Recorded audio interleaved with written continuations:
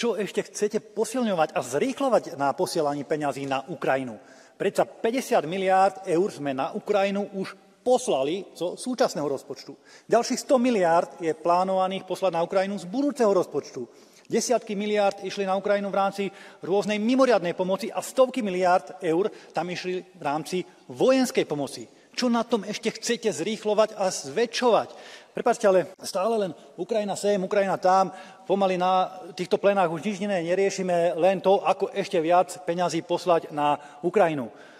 Tam členskému štátu, Maďarsku, ktoré platí do únie, do rozpočtu únie príspevok, eurofondy blokujete, ale na Ukrajinu, ktorá nie je členským štátom únie, stovky miliárd eur posielate.